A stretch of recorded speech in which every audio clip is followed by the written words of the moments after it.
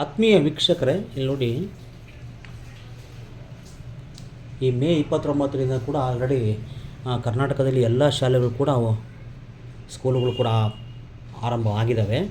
ನೋಡಿ, ಈಗ ಏನಾಗಿದೆ, ಈ ಪೋಷಕರು ತಮ್ಮ ಮಕ್ಕಳನ್ನು ಸ್ಕೂಲಿಗೆ ಅಡ್ಮಿಷನ್ ಮಾಡಿಸೋಕ್ಕೆ ನೋಡಿ ಯಾವ್ಯಾವ ರೆಕಾರ್ಡ್ಸ್ ಅಥವಾ ಯಾವ್ಯಾವ ದಾಖಲೆ ಪತ್ರಗಳನ್ನು ತಗೊಂಡು ಹೋಗಬೇಕು, ತಗೊಂಡು ಹೋದರೆ ಮಾತ್ರ ಅಲ್ಲಿ ಅಡ್ಮಿಷನ್ಸ್ ಮಾಡಿಸ್ಕೊಳ್ತಾರೆ, ಇಲ್ಲಾಂದರೆ ಅಡ್ಮಿಷನ್ ಮಾಡಿಸ್ಕೊಳ್ಳಲ್ಲ. ನೋಡಿ, ಒಂದು ನಿಮ್ಮ ಗಮನದಲ್ಲಿರಬೇಕು, ಯಾವ್ಯಾವ ರೆಕಾರ್ಡ್ಸನ್ನು ನೀವು ತಗೊಂಡು ಹೋಗಬೇಕು. ನಿಮ್ಮ ಒಂದು ಮಗುವಿನ ಅಥವಾ ನಿಮ್ಮ ಒಂದು ಸ್ಟೂಡೆಂಟಿಂದ ಯಾವ್ಯಾವ ಒಂದು ರೆಕಾರ್ಡ್ಸನ್ನು ನೀವು ತಗೊಂಡು ಹೋಗಬೇಕಾಗುತ್ತೆ ಶಾಲೆಗೆ. ನೋಡಿ, ಇಲ್ಲಿ ನಾನು ಹೇಳ್ತೀನಿ ಆತ್ಮೀಯ ವೀಕ್ಷಕರೇ, ನೋಡಿ ಒಂದೊಂದೇ ಹೇಳ್ತೀನಿ.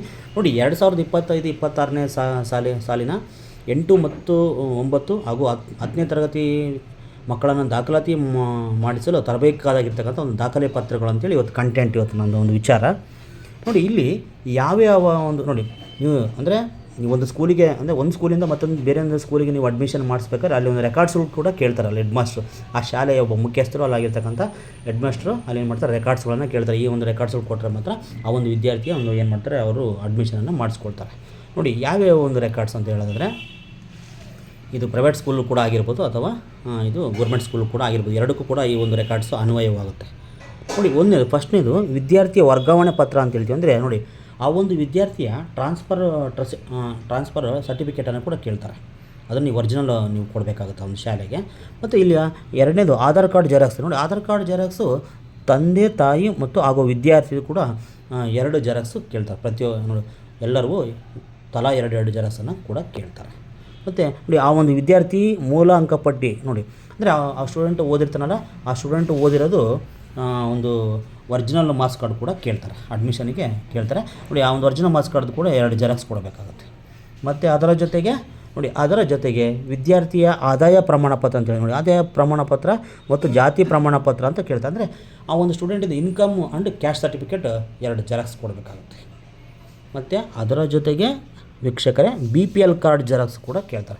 ನಿಮ್ಮದೇನಾದರೂ ನಿಮ್ಮ ಮನೆಯಲ್ಲಿ ಏನಾದರೂ ನೀವು ರೇಷನ್ ತೊಗೊತಿದ್ರೆ, ಗೋರ್ಮೆಂಟ್ ಕಡೆಯಿಂದ ಏನಾದರೂ ಸವಲತ್ತಿದ್ದರೆ, ನಿಮ್ಮದು BPL ಕಾರ್ಡ್ ಇದ್ದರೆ ಅದ್ರ ಕೂಡ ಜೆರಾಕ್ಸು 2 ಜೆರಾಕ್ಸ್ ಕೂಡ ಕೊಡಬೇಕಾಗುತ್ತೆ. ಮತ್ತು ವಿದ್ಯಾರ್ಥಿಯ ಬ್ಯಾಂಕ್ ಖಾತೆ ಪುಸ್ತಕದ ಜೆರಾಕ್ಸ್ ಅಂತ ಹೇಳ್ತಾರೆ. ನೋಡಿ, ಆ ವಿದ್ಯಾರ್ಥಿ ಅಂದರೆ ನೋಡಿ, ಆ ಒಂದು ಸ್ಟೂಡೆಂಟ್ ಏನಾದರೂ ಬ್ಯಾಂಕಲ್ಲಿ ಏನಾದರೂ ಒಂದು ಅಕೌಂಟ್ ಮಾಡಿದರೆ, ಆ ಬ್ಯಾಂಕ್ ಅಕೌಂಟ್ ಪಾಸ್ಬುಕ್ಕದ ಒಂದು 2 ಜೆರಾಕ್ಸ್ ಕೂಡ ಅಲ್ಲಿ ಸಬ್ಮಿಟ್ ಮಾಡಬೇಕಾಗುತ್ತೆ.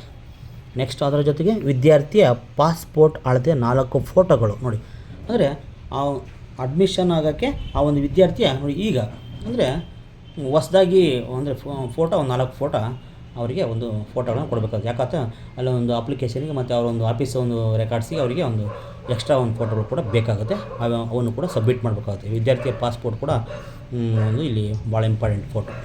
ಮತ್ತು ಅದರ ಜೊತೆ ನೋಡಿ, ಆ ಒಂದು ನೋಡಿ, ಹಿಂದೆ ಓದುತ್ತಿದ್ದ ಶಾಲೆಯಿಂದ ವಿದ್ಯಾರ್ಥಿಯ ಪೆನ್ ನಂಬರ್ ಬರೆಸಿಕೊಂಡು ಬರಬೇಕು. ನೋಡಿ, ಅಂದರೆ ಆ ಒಂದು ಸ್ಟೂಡೆಂಟ್ ಹಿಂದೆ ಬೇರೆ ಶಾಲೆ ಯಾವುದರಲ್ಲಿ ಓದಿರ್ತಾನೆ ನೋಡಿ, ಅಲ್ಲಿ ಓದಿರ್ತಕ್ಕಂಥ ಶಾಲೆಯಲ್ಲಿ ಅವಳು ಒಂದು ಏನು ಮಾಡಬೇಕು, ಆ ಒಂದು ವಿದ್ಯಾರ್ಥಿದು ಪೆನ್ ನಂಬರ್ ಕೂಡ ಬರೆಸ್ಕೊಂಬಂದಿರಬೇಕು. ಅಥವಾ TC ಬ್ಯಾಕ್ ಸೈಡ್ ಆಗಿರ್ಬೋದು, ಅಥವಾ ಸಪ್ರೇಟನ್ನು ಕೂಡ ಬರೆಸ್ಕೊಂಬಂದು ಆ ಒಂದು ಶಾಲೆಯ ನೀವು ಯಾವ ಶಾಲೆಯಲ್ಲಿ ಹೋಗಿ ಅಡ್ಮಿಷನ್ ನೀವು ಮಾಡೋಕ್ಕೆ ಹೋಗಿರ್ತಿರಲ್ಲ, ಆ ಶಾಲೆಯ ಹೆಡ್ ಮಾಸ್ಟ್ರಿಗೆ ನೀವು ಇವೆಲ್ಲ ರೆಕಾರ್ಡ್ಸನ್ನು ಕೊಟ್ಟಾಗ ಮಾತ್ರ ನಿಮ್ಮ ಒಂದು ಮಗುವಿಂದು ಅಥವಾ ನಿಮ್ಮ ಒಂದು ಸ್ಟೂಡೆಂಟ್ದು ಆರಾಮಾಗಿ ಅಡ್ಮಿಷನ್ ಆಗುತ್ತೆ. ನೋಡಿ ಗೈಸ್, ಈ ವಿಡಿಯೋವನ್ನು ಶೇರ್ ಮಾಡಿ, ಹಾಗೂ ಇಂಥದ್ದೇ ಒಂದು ಕಂಟೆಂಟಿಗೋಸ್ಕರ ನೆಕ್ಸ್ಟ್ ಒಂದು ವೀಡಿಯೋಗಳನ್ನ ನಾನು ತಗೊಂಡು ಬರ್ತೀನಿ. ಓಕೆ ಗೈಸ್, ನಮಸ್ಕಾರ.